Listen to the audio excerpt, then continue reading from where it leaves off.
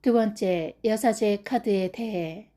여행을 떠난 바보가 두 번째로 만난 사람은 여사제다. 밝고 자신만만한 마법사와 달리 그녀는 무표정하고 차분했다. 고고하고 도도하며 순결한 분위기가 건의처럼 느껴져서 누구도 선뜻 그녀에게 말을 걸지 못했다. 그녀는 늘 책을 들고 있었고 말하기보다 보고 듣는 것을 더 좋아하는 듯 했다. 간혹 입을 열면 비밀스러운 이야기들이 줄줄 흘러나올 것만 같았다.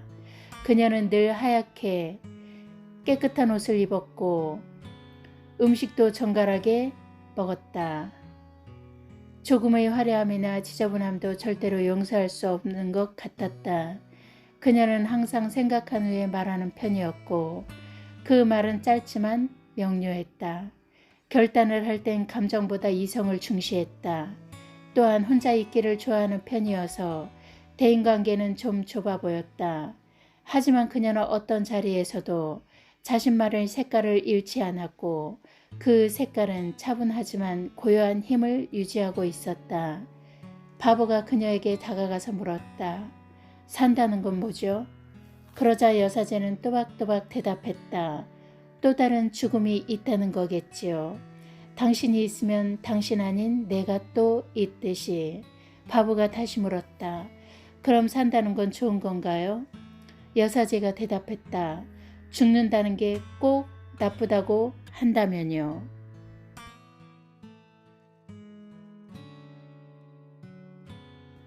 거울로서의 여사제 카드. 앞서 0이 무라면 1은 유로 대변될 수 있다고 했는데 그럼 2는 무엇으로 설명할 수 있을까?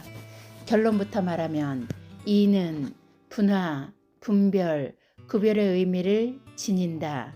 빛이 있으면 그림자가 있듯 불이 있으면 물이 있고 하늘이 있으면 땅이 있고 남자가 있으면 여자가 있고 좋은 일이 있으면 나쁜 일이 있다. 내가 있기에 당신이 있는 것 또한 마찬가지다. 다시 말해서 분화, 분별, 구별은 상대 개념이다. 하나의 개념이 상대 개념에 따라 그 의미가 더욱 뚜렷해지는 효과가 나타난다는 것인데 예를 들어 나무 젓가락 옆에 이쑤시개를 놓으면 나무 젓가락은 굵어 보이고 강목을 놓으면 나무 젓가락은 가늘어 보인다는 것이다. 말하자면 세상에 절대 선과 절대 악이란 없으며 상대적일 뿐이다. 거울카드 2번은 여사제다. 1번이 강력한 에너지의 방출이라면 2번은 그 에너지의 이면을 나타낸다고 볼 수 있다. 다시 말해서 1번이 빛이라면 2번은 그림자인 것이다. 산이 높으면 골이 깊고 빛이 밝을수록 그림자도 짙게 들이우는 것처럼 강한 육체일수록 더욱 깊은 내면이 요구된다. 따라서 2번 여사제는 비밀, 즉 보이지 않는 것, 이중성, 상대성, 반대급부와 같이 상대 개념에 관한 것들을 상징한다.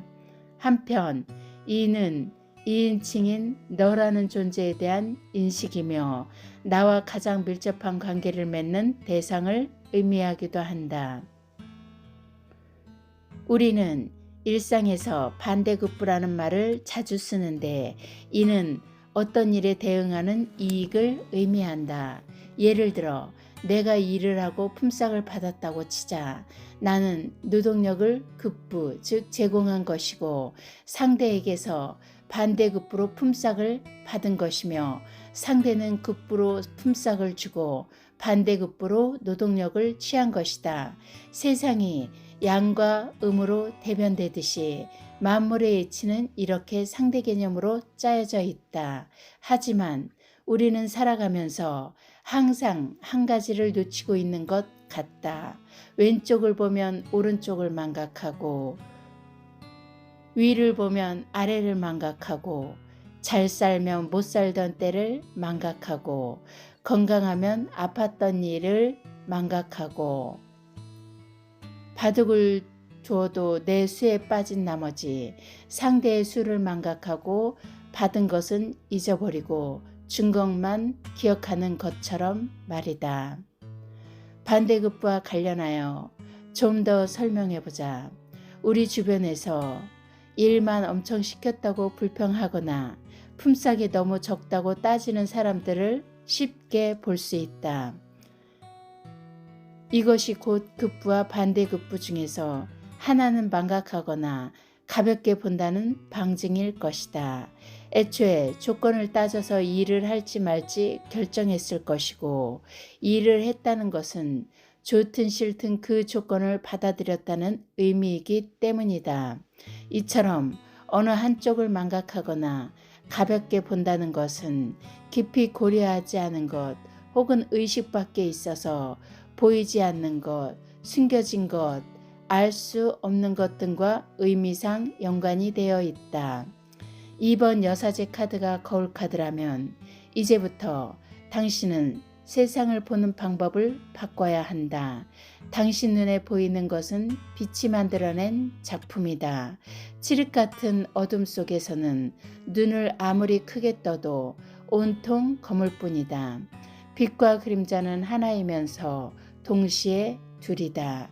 세상 만물은 그 어떤 것이든 드러난 것과 드러나지 않은 것의 두 가지 모습을 지닌다. 따라서 뭔가를 정확히 알거나 이해하기 위해서는 항상 드러난 그 이면에까지 관심을 두어야 한다. 상대 개념으로 이루어진 세상 만물의 이치는 절대적인 것도 없고 영원한 것도 없다. 길은 늘 길이 아니며 흉도 늘 흉이 아니다. 장점은 단점이 될 수 있고 단점은 또한 장점이 될 수 있다.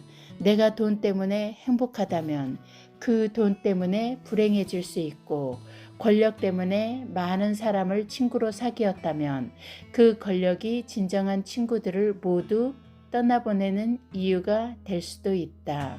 한 사물에 겹쳐진 두 가지 성질, 우리는 이것을 이중성이라고 부른다. 세상 만물에 이중성이 깃들어 있음을 안다면 당신은 무표정한 여사제처럼 무엇을 봐도 어떤 일을 당해도 진지함과 신중함을 유지하게 될 것이다. 무표정은 이성을 나타내고 차분함은 중심을 잃지 않는 안정된 마음이다. 다시 말해서 그 어떤 일에도 이성을 유지한다는 뜻이다. 여사제 카드의 방어기제 1번 격리. 여사제는 숫자 2에 담긴 분리와 결합, 그리고 그녀의 표정 없는 얼굴에서 격리라는 방어기제를 먼저 생각해 볼 수 있다. 격리는 고통스러운 과거의 기억에 대해 감정을 생각과 분리하여 무의식 속에 밀어넣고 생각만 내뱉는 것이다. 예를 들어 한 번만 날 더 건드리면 그 집 식구도 죽고 나도 죽는 거지 뭐 라는 식으로 감정 없이 말하는 것이다. 마치 여사제의 감정을 알 수 없는 무표정처럼 말이다. 2번 취소. 또 하나, 여사제는 원죄를 지은 여자로서의 죄책감에서 비롯된 취소라는 방어기제를 생각해 볼 수 있다. 예를 들면 동생을 때린 아이가 동생에게 자기가 아끼던 물건을 주거나 뽀뽀를 해서 이전의 자기 행동을 취소하는 것이다. 3번 반동 형성.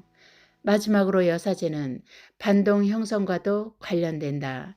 취소는 오로지 죄책감을 덜기 위한 이중적 행위이지만 반동 형성은 자신이 수용하기 힘든 외부 압박에 대한 불안을 덜기 위한 방어기제다. 우리 속담에 미운 놈 떡 하나 준다는 말이 있다. 속으로는 싫어하면서 겉으로는 좋아하는 척 한다는 뜻이다. 물론 이와 반대로 속으로는 좋아하지만 겉으로는 싫어하는 듯 행동하는 것도 있다. 여자아이가 소꿉장난을 하는데 또래 남자아이가 회방을 하거나 짓궂은 행동을 하는 것을 흔히 볼 수 있다. 이것은 사실 남자아이는 여자아이에게 관심이 매우 많지만 여자아이는 그걸 몰라주기 때문에 그 억울함이 반대 행동으로 나타난 것이다. 다시 말해서 회방을 놓음으로써 내가 여기 있다 라고 자신의 존재를 상대에게 인식시키고자 하는 행동이기도 하고 자신을 신경 쓰지 않는 것에 대한 불만을 드러내 보이는 행동이기도 하다. 또 다른 예로 목욕탕에서 온몸에 문신을 한 폭력배를 보고 문신이 참 멋있네요 라고 말하는 것도 일종의 반동 형성이다. 무섭고 거북하지만 상대로 인해 벌어질 수 있는 위험을 찾아나고 싶다는 마음이 압으로 드러난 것이다. 왜 이런 현상이 생기는 걸까? 왜 좋으면 좋은 대로, 화가 나면 화가 나는 대로 행동하지 못하는 걸까? 그 이유는 그 사건을 둘러싼 주변 상황을 의식하기 때문이다. 대체로 그 주변 상황을 자신이 극복하기 힘들다고 판단하기 때문인 것이다. 하지만 자연스럽지 않은 반동 형성은 결국 주위 사람들이 눈치채게 된다. 그리고 그들은 그런 행동에 대해 이중성이란 낙인을 찍는다. 하지만 엄밀히 말해서 반동 형성과 이중성은 차이가 있다.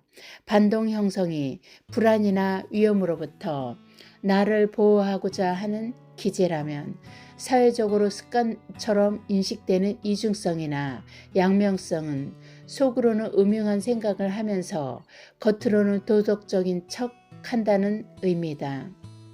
여사제가 거울 카드로 나왔을 때는 혹시나 자신이 대인관계에서 오는 스트레스를 숨기기 위해 반동 형성을 지나치게 사용하고 있지는 않은지 생각해 보는 것이 좋다.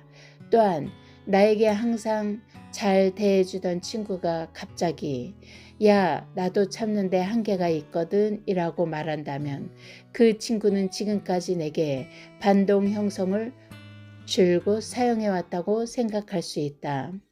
공포를 극복하고 싶은 마음에 공포에 몸을 맡기는 행위인 역공포 반응 역시 반동 형성의 일종이다. 예를 들어 고소공포증이 있는 사람이 비행기나 자이로드롭을 타는 것을 시도한다든지 폐쇄공포증 환자가 엘리베이터를 타고 고층까지 올라가는 것을 시도한다든지 무서움을 잘 타는 사람이 스릴러 영화 관람을 시도하는 것 등이다. 다만 앞에서 소개한 반동 형성과 달리 역공포 반응은 두려움을 회피하는 게 아니라 두려움을 극복하고자 하는 문제 해결에 대해 좀 더 적극적인 자세다. 만약 여사제가 거울 카드로 나왔다면 나는 마음속 깊이 자리한 죄책감이나 두려움을 평생 안고 갈 것인지 극복하고 갈 것인지 한 번쯤 생각해 봐야 한다. 또한 상대의 행동이 보이는 그대로의 마음에서 비롯된 것인지 아니면 속으로 그 반대의 마음을 가지고 있는지에 대해서도 생각해 봐야 한다. 여사제 카드의 점성학은 달이다. 점성학적 관점에서 여사제 카드는 달에 대응된다. 달은 태양과 자주 비교되는데 그 이유는 밤과 낮을 지배한다는 점이 서로 대조를 이루기 때문이다. 태양은 낮을 지배하기에 대지의 모든 생명을 깨워 의식을 갖게 하고 활동하게 만든다면 달은 밤을 지배하기에 대지의 모든 생명을 잠들게 하고 고요한 무의식 안에서 멈추게 한다. 하지만 공통점도 있는데 둘 다 빛을 발한다는 것이다. 다만 아이러니하게도 달의 빛은 스스로 발광하는 것이 아니라 태양의 빛을 반사한다. 일반적으로 남자는 양, 여자는 음으로 알려져 있다. 성경에서 아담의 갈비뼈로 이불을 만든 것을 생각해 보면 음은 결국 양의 힘을 빌려서 존재하게 되었다고 이해할 수 있다. 이는 태양의 빛을 빌린 달을 연상하게 한다. 다시 말해서 그림자는 빛의 결과물이며 시간적으로 빛이 먼저 있었음을 알 수 있다. 따라서 타로 카드에서도 빛은 양으로 1이요 그림자는 음으로 2이기에 1번은 남자, 2번은 여자가 등장한다고 유추할 수 있다. 달의 천문기호는 초승달을 형상화한 것으로 인간의 변화하는 마음과 감수성을 나타낸다. 태양이 늘 일정한 항상성을 갖는다면 달은 초승달에서 보름달로 바뀌는 듯 늘 변화한다. 또 태양이 지구 전체를 일정하게 유지시킨다면 달은 보조적으로 그 안에서 변화를 이끈다. 특히 달은 음으로 대표되는 물, 바다를 지배하는데 물은 생명의 근원이다. 물을 지배하기 위해서 달은 지구를 끊임없이 감싸 돌아야 한다. 그래서 태양은 늘 그 자리에서 중심을 지키는 아버지와 같고 달은 자식을 보호하기 위해 끊임없이 주위를 맴도는 어머니를 연상시킨다. 모태 안에서 태아가 양수를 통해 제 모습을 갖추게 되는 점 역시 물, 자궁이라는 등식을 충족시킨다. 한편 달은 개자리를 지배하는데 개는 자신의 연약함을 딱딱한 껍질로 방어한다. 이는 연약한 여자이지만 자식을 보호하기 위해서라면 그 누구보다 강하고 억척스러울 수 있는 사랑, 즉 강한 모성을 가진 개의 특징이 되는 것이다. 정리하면 달은 우리의 가려진 부분을 상징한다. 바깥보다는 안, 뜨거운 곳보다는 차가운 곳, 빠른 것보다는 느린 것, 높은 것보다는 낮은 것, 드러낸 것보다 수용하는 것 등을 상징한다. 또 하나, 달이 이중성을 상징하는 이유는 달은 밤을 상징하지만 역설적이게도 그 빛은 낮에서 왔기 때문이다. 만약 거울카드로서 여사제가 나왔다면 혹시 나는 너무 보이는 것에 치중하지는 않는지, 너무 우울해하거나 불안해하는 건 아닌지 생각해 봐야 한다. 또 지나치게 이성보다 감정에 호소하는 건 아닌지, 반대로 너무 이성에 호소하지는 않는지 생각해 봐야 한다.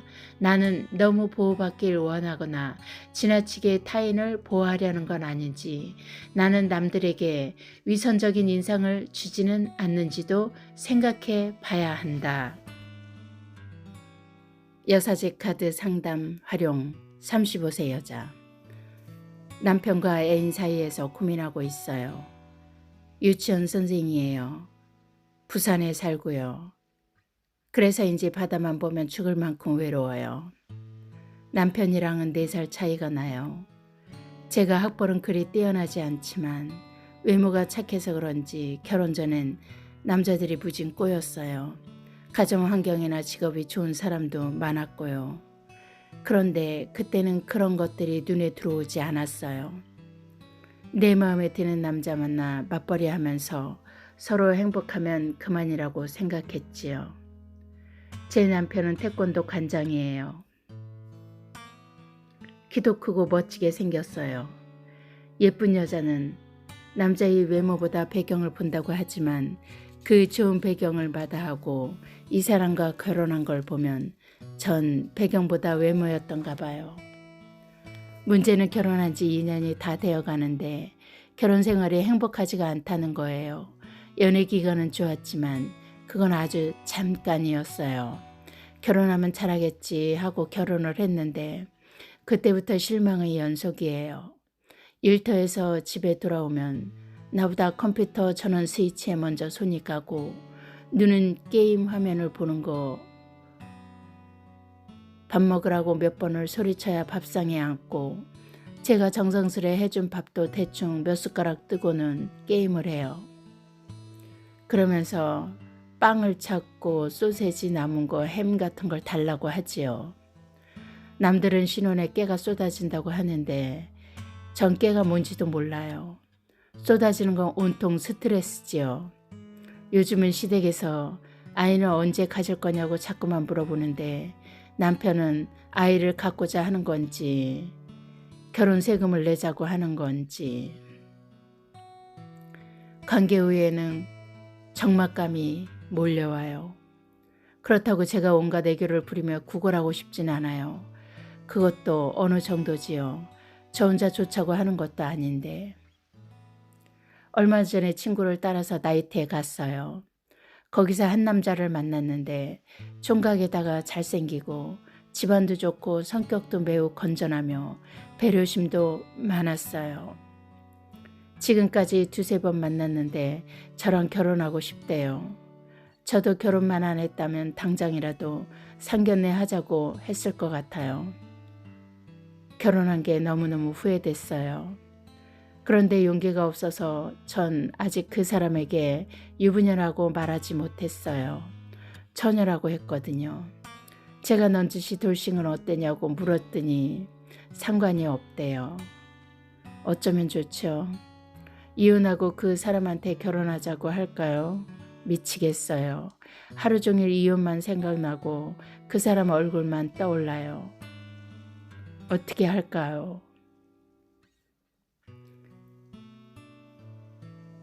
답변, 당신의 그림자처럼 당신의 실패도 수용하세요. 저 혼자 좋자고 하는 것도 아닌데 라면서 남편에게 책임을 떠넘기는 것부터 집어던져야 합니다. 여기서 한 가지 말씀드리면 결혼은 나 좋자고 하는 것입니다. 나 행복하자고 하는 것이지요. 이혼 역시 나 편하자고 하는 것입니다. 물론 이런 항변도 가능합니다. 결혼은 두 사람이 만들어가는 행복이다. 당신은 그 사람을 엄마만큼 안다고 자부합니까? 당신은 바다만 바라보면 죽을 만큼 외롭다고 했는데 그 사람은 같은 바다를 보면서 어떻게 느낄까요? 당신은 시시때때로 변하는 그 사람의 마음을 얼마나 이해하나요? 우리라는 의미는 어디서 어디까지인가요? 결혼이 있기에 이혼이 있는 거겠죠. 이것도 상대 개념입니다. 결혼 생활에서 내 행복은 그 무엇과도 심지어 남편과도 바꿀 수 없는 절대 가치일 겁니다. 그러므로 내가 행복을 최고의 가치로 여길 때 결혼에 실패한다면 불행의 크기만큼 고통스럽겠지요. 결혼 생활에서 주인공은 분명 나이고 배우자는 결국 그림자일 수밖에 없을 겁니다. 다시 한번 짚으면 결혼은 나 행복하자고 하는 것입니다. 따라서 행복하지 않다면 이혼을 생각하는 건 자연스러운 일이라 하겠습니다. 결혼은 애초부터 불안하고 불완전한 거래입니다. 알 수 없는 미래의 인생을 통째로 걸고 현재의 상태만 고려해서 짝을 짓는 일이니까요. 믿음과 소망과 사랑 중에서 사랑이 제일이라고 했는데 아마도 결혼에서 제일은 사랑이 아니라 믿음인 것 같습니다. 사랑이 제일이 아닌 게 참말로 다행이지요. 사랑의 호르몬은 만난 지 18개월에서 30개월이 지나면 효력이 상실되고 권태기를 맞이한다고 하니까요. 사랑을 믿는다면 적어도 30개월 이후에 바람이 나거나 이혼도 가능하다는 계산이 나오죠. 하지만 권태기와 상관없이 결혼은 서로 동의하에 이혼할 수 있는 엄연한 법적 사실입니다. 결혼은 해도 후회, 하지 않아도 후회라고 합니다. 이는 결혼 그 자체보다 그 결혼을 영위하는 어려움을 강조한 말일 것입니다. 결혼 지석의 위기는 권태기 말고도 가족관계의 어려움, 경제적인 불만족, 불행한 사건이나 사고, 불임 등 무수한 이유가 있을 겁니다. 그 모든 것을 극복하기 위해서 둘이 함께 극복할 수 있다는 서로의 믿음을 가지고 살아야 하는데 그 외에 또 뭐가 필요할까요? 그럼 이혼은 어떨까요? 모르긴 해도 이혼 역시 해도 후회, 하지 않아도 후회 아닐까요? 물론 아주 극소수의 특수한 경우를 빼면요. 모두가 특수한 경우라고 그렇게 볼 수도 있겠지요. 100이면 100, 1000이면 1000. 커플마다 상황이 완벽하게 일치하는 경우는 거의 없을 테니까요. 아마도 결혼보다 더 힘든 게 이혼일 겁니다. 이혼은 보통 이혼만으로 끝나지 않고 재혼이라는 누를 수 없는 욕망과 또다시 이혼을 반복하게 될지 모른다는 실패에 대한 두려움이 존재하기 때문일 겁니다. 그렇기 때문에 결혼을 하고 이혼을 안 한 경우가 이혼을 한 경우보다 모범적으로 여겨지는 것 같습니다. 이혼을 생각하는 사람이 가장 넘기 힘든 벽은 위자료도 부모도 자식도 아니라 자신으로 인해 주변 사람들이 피해를 봤다는 죄의식일 겁니다. 요즘은 이혼에 대한 죄의식이 많이 옅어지고 있지만 결코 쉽게 떨쳐낼 수 없는 부분입니다. 하지만 생각해 봅시다. 이혼했다고 죄의식을 느껴야 할까요? 아닙니다. 다시 누군가를 만나서 보란듯이 더 행복하게 살면 되지. 그게 무슨 문제입니까? 주변 사람 그리고 여러분의 가족, 형제 중에서 이혼 없는 가족이 몇이나 될까요? 누가 감히 그들의 이혼을 잘못된 삶이라고 지적할 수 있을까요? 그런 사람은 오히려 그 자리에서 힐난을 듣기 쉬울 겁니다. 너나 잘하세요 라고 말이죠. 이혼이 힘든 건 마라톤 경주와 같기 때문입니다. 한 번 넘어진 선수는 다시 일어나서 앞 사람을 따라잡기 쉽지 않기 때문입니다. 넘어져서 거리가 멀어졌기 때문에 따라잡기 힘든 게 아닙니다. 넘어진 이유를 본인이 잘 알기 때문입니다. 연습량 부족이든 컨디션 관리에 실패했든 운동화 점검에 게을렀든 이유가 뭐든 간에 자신의 과오로 넘어진 책임을 피할 수 없기 때문입니다. 물에 젖은 도로에서 미끄러져서 재수없게 넘어졌더라도 그 재수마저 나의 가오로 받아들여야 하는 것이 결혼이기 때문입니다. 결혼은 서로의 믿음만 가지고 한 번도 가본 적 없는 산을 오르는 일과 같습니다. 산을 오르다 보면 쉬운 길도 만나고 깎아지른 절벽도 만나고 때로는 큰 바위가 막아서기도 할 것입니다. 정상에 서기 전까지 무슨 일이 생길지 아무도 모릅니다.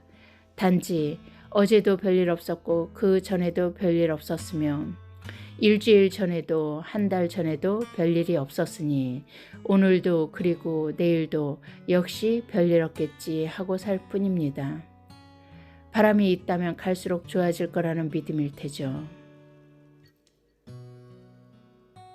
그러니 결혼해서 제일은 사랑보다 믿음이라고 하겠지요. 평생에 단 한 번, 지금까지 한 번도 올라가 보지 못한 두 산 중에서 아무 산이나 정상에만 오르면 평생 쓸 돈을 준다는 말에 한 사람이 목표를 정하고 산행을 시작했습니다. 그는 산을 오른 지 얼마 되지 않아 장애물을 맞닥뜨리게 되었습니다. 그때 다른 산이 눈에 들어왔습니다. 높이가 비슷하기도 하고 가파르지 않아 좀 더 쉬워 보이는 그 산에 마음이 흔들렸다고 칩시다. 그렇지만 그 산의 정상에 서기 전까지는 섣불리 유불리를 말하기 어렵습니다. 지금까지 오르던 산을 포기하고 다른 산으로 갈아탈 수 있지만 그 어떤 확신도 금물입니다. 단지 지금 오르고 있는 산은 아직 초입이라서 힘을 더 낭비하기 전에 포기하는 것이 유리하긴 합니다. 이 사람은 심각한 고민에 빠질 수 있습니다. 계속 갈까 아니면 갈아탈까? 계속 가는 것은 의지이고 갈아타는 것은 선택입니다. 정상 정복은 의지의 문제일 수도 있고 선택의 문제일 수도 있습니다. 이 문제의 답은 산 정상에 섰을 때 비로소 얻게 되는 것입니다. 당신의 의지와 선택 중에서 어느 것을 선택해도 상관없습니다. 그것은 당신의 자유입니다. 다만 정성에 서는 것이 산에 오른 애초의 목적임을 잊지 말아야 할 것입니다. 스스로의 의지로 정상에 올랐다면 마음속은 뿌듯함으로 채워질 테고 갈아타서 정상에 올랐다면 천만다행이라는 안도감이 생길 것입니다. 두 경우 모두 서로 비교할 수 없는 고유한 만족감을 누릴 수 있을 것입니다. 하지만 둘 다 실패로 돌아간다면 의지는 미련함, 선택은 가벼움이라는 자책감을 두고두고 곱씹게 될 것입니다. 어느 산을 오르면 정상에 오를 수 있을까만 생각한다면 둘 중에서 어느 산을 오르든 내내 불안할 것입니다. 하지만 어느 산이든 실패할 수 있지만 난 기꺼이 받아들이겠다고 다짐한다면 산에 오르든 못 오르든 그리 문제가 되지 않을 것입니다. 결혼을 영위하는 것도 믿음이지만 이혼을 하는 것도 믿음입니다. 나아가 당신의 행복을 향해 가는 건 역시 당신의 믿음입니다. 어떤 결과든 수용하고 감내할 믿음이 있다면, 실패를 받아들일 용기가 있다면 어느 쪽이든 당신의 결정은 충분히 훌륭합니다. 상담에 적용한 여사제 카드의 조언. 거울로서의 여사제 카드는 세상 만물의 이치는 상대 개념으로 이루어져 있어서 절대적인 것도 없고 영원한 것도 없다. 여사제 카드의 방어기제 격리, 취소, 반동, 형성에서 격리, 내 생각과 감정의 분리가 필요한 건 아닌지, 내 생각대로 모든 감정이 충족되어야 한다고 믿는 건 아닌지 생각해 봐야 한다. 취소, 나는 오히려 죄책감에 너무 무딘 것은 아닌지 생각해 봐야 한다. 3번 반동 형성, 상대의 행동이 보이는 그대로의 마음에서 비롯되었는지 아니면 속으로는 그와 반대의 마음을 가지고 있는 건 아닌지 생각해 봐야 한다. 여사제 카드의 점성학 달, 나는 너무 보이는 것에 치중하지는 않는지 생각해 봐야 한다.